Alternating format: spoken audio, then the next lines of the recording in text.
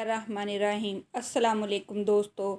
ਅੱਜ ਅਸੀਂ ਗੱਲ ਕਰਾਂਗੇ ਡਾਕਟਰ ਜੋਜ਼ਫ ਦੀ ਕਿਤਾਬ ਬੜੀ ਸੋਚ ਬੜੀ ਕਾਮਯਾਬੀ ਦੇ ਸਬਕ ਨੰਬਰ 3 ਖੁਦ ਐਤਮਾਦੀ ਪੈਦਾ ਕਰੋ ਖੌਫ ਕੋ ਦੂਰ ਭਗਾਓ।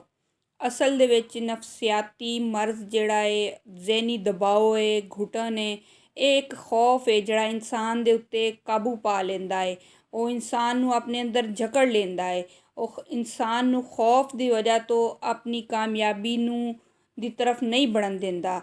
ਖੌਫ ਜਿਹੜਾ ਇਨਸਾਨ ਦੀ ਜਿਸਮਾਨੀ ਸਲਾਹਿਤਾਂ ਨੂੰ ਕਮ ਕਰ ਦਿੰਦਾ ਹੈ। ਖੌਫ ਜਿਹੜਾ ਹੈ ਜ਼ਿੰਦਗੀ ਨੂੰ ਕਮ ਕਰ ਦਿੰਦਾ ਹੈ। ਖੌਫ ਜਿਹੜਾ ਹੈ ਇਨਸਾਨ ਦੇ ਅੰਦਰ ਬੇਯਕੀਨੀ ਅਤੇ ਬੇਐਤਮਾਦੀ ਪੈਦਾ ਕਰ ਦਿੰਦਾ ਹੈ।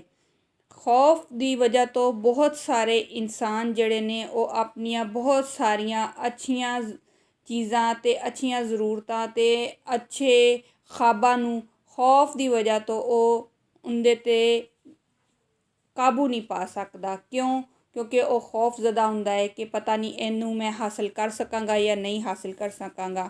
ਇਸ ਕਿਤਾਬ ਦੇ ਜਿਹੜੇ ਲਿਖਣ ਵਾਲੇ ਨੇ ਡਾਕਟਰ ਜੋਜ਼ਫ, ਉਹ ਲਿਖਦੇ ਨੇ ਕਿ ਕੁਝ ਫੌਜੀ ਜਿਨ੍ਹਾਂ ਨੂੰ ਕਿ ਬਹੁਤ ਅੱਛੀ ਤਰ੍ਹਾਂ ਤੈਰਨਾ ਆਉਂਦਾ ਹੈ, ਲੇਕਿਨ ਕੁਝ ਫੌਜੀ ਐਸੇ ਨੇ ਜਿਹੜੇ ਕਿ ਨਵੇਂ ਆਏ ਨੇ, ਉਹਨਾਂ ਨੂੰ ਤੈਰਨਾ ਨਹੀਂ ਆਉਂਦਾ। ਅਤੇ ਉਹਨਾਂ ਦੇ ਇੱਕ ਵੱਡੇ ਅਫਸਰ ਨੇ ਉਹਨਾਂ ਨੂੰ, ਜਿਹੜੇ ਤੈਰਨ ਵਾਲੇ ਫੌਜੀ ਨੇ, ਉਹਨਾਂ ਨੂੰ ਕਿਹਾ ਕਿ ਜਿਹੜੇ ਨਵੇਂ ਆਉਣ ਵਾਲੇ ਫੌਜੀ ਹੈ ਤੁਸੀਂ ਇਹਨਾਂ ਨੂੰ ਤੈਰਨਾ ਸਿਖਾਓ। ਅਤੇ ਉਹਨਾਂ ਦੀ ਹਿਫਾਜ਼ਤ ਦੇ ਵਾਸਤੇ ਉਹਨਾਂ ਨੇ ਫਿਰ ਉਹ ਵੀ ਮੰਗਾਏ ਨੇ ਗੋਤਾਖੋਰ ਵੀ ਉਹਨਾਂ ਦੀ ਹਿਫਾਜ਼ਤ ਲਈ ਮੌਜੂਦ ਨੇ ਅਤੇ ਤੈਰਨ ਵਾਲੇ ਵੀ ਮੌਜੂਦ ਨੇ ਉਹਨਾਂ ਦੀ ਹਿਫਾਜ਼ਤ ਲਈ। ਲੇਕਿਨ ਜਿਹੜੇ ਨਵੇਂ ਆਉਣ ਵਾਲੇ ਫੌਜੀ ਆ ਜਿਨ੍ਹਾਂ ਨੂੰ ਉਹਨਾਂ ਨੇ ਤੈਰਨਾ ਸਿਖਾਉਣਾ ਹੈ, ਉਹ ਨਹਿਰ ਦੇ ਕਿਨਾਰੇ ਦੇ ਉੱਤੇ ਖੜ੍ਹੇ ਨੇ। ਉਹ ਪਾਣੀ ਦੇ ਵਿੱਚ ਬਿਲਕੁਲ ਛਲਾਂਗ ਲਗਾਉਣ ਦੀ ਕੋਸ਼ਿਸ਼ ਨਹੀਂ ਕਰਦੇ।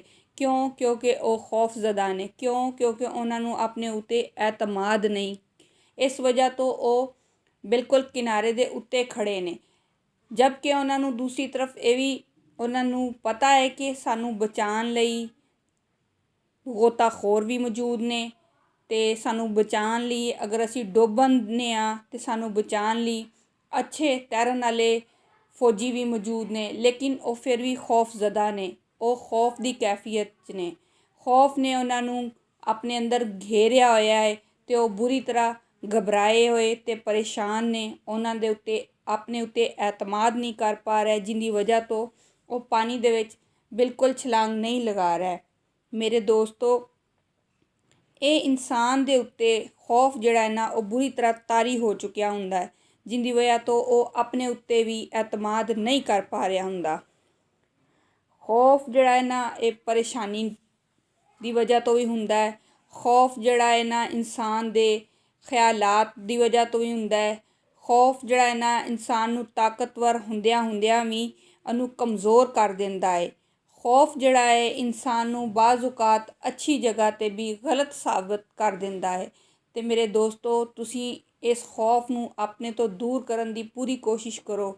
ਇਹ ਖੌਫ ਬਾਜ਼ ਔਕਾਤ ਵਹਿਮ ਦੀ ਸ਼ਕਲ 'ਚ ਤੁਹਾਡੇ ਸਾਹਮਣੇ ਆ ਕੇ ਖੜ੍ਹਾ ਹੋ ਜਾਂਦਾ ਹੈ ਕਿ ਅਗਰ ਤੂੰ ਫਲਾਨਾ ਕੰਮ ਕਰੇਗਾ ਤਾਂ ਨੁਕਸਾਨ ਹੋਏਗਾ, ਅਗਰ ਤੂੰ ਕਾਰੋਬਾਰ ਕਰੇਗਾ ਤਾਂ ਤੂੰ ਅੱਛੇ ਤਰੀਕੇ ਨਾਲ ਕਾਰੋਬਾਰ ਨਹੀਂ ਕਰ ਸਕੇਗਾ, ਅਗਰ ਤੂੰ ਸ਼ਾਦੀ ਕਰੇਗਾ ਤਾਂ ਤੂੰ ਉਹਦੇ ਵਿੱਚ ਨਾਕਾਮ ਹੋ ਜਾਏਗਾ, ਅਗਰ ਤੂੰ ਕੋਈ ਦੁਕਾਨ ਖਰੀਦੇਗਾ ਤਾਂ ਉਹਦੇ ਵਿੱਚ ਤੈਨੂੰ ਨੁਕਸਾਨ ਹੋਏਗਾ। ਮੇਰੇ ਦੋਸਤੋ, ਇਹ ਸਭ ਖੌਫ ਹੈ ਜਿਹੜਾ ਤੁਹਾਡੇ ਅੰਦਰ ਬੇਐਤਮਾਦੀ ਪੈਦਾ ਕਰਦਾ ਹੈ। ਤੁਸੀਂ ਕੋਸ਼ਿਸ਼ ਕਰੋ ਕਿ ਇਸ ਖੌਫ ਨੂੰ, ਇਸ ਵਹਿਮ ਨੂੰ ਆਪਣੇ ਆਪ ਤੋਂ ਦੂਰ ਕਰੋ ਅਤੇ ਆਪਣੇ ਅੰਦਰ ਜਿਹੜੀ ਤੁਸੀਂ ਆਪਣੀ ਖੁਦ ਐਤਮਾਦੀ ਨੂੰ ਬਹਾਲ ਕਰੋ। ਆਪਣੇ ਉੱਤੇ ਯਕੀਨ ਰੱਖੋ ਕਿ ਹਾਂ ਅਸੀਂ ਇਹ ਕੰਮ ਕਰ ਸਕਦੇ ਹਾਂ।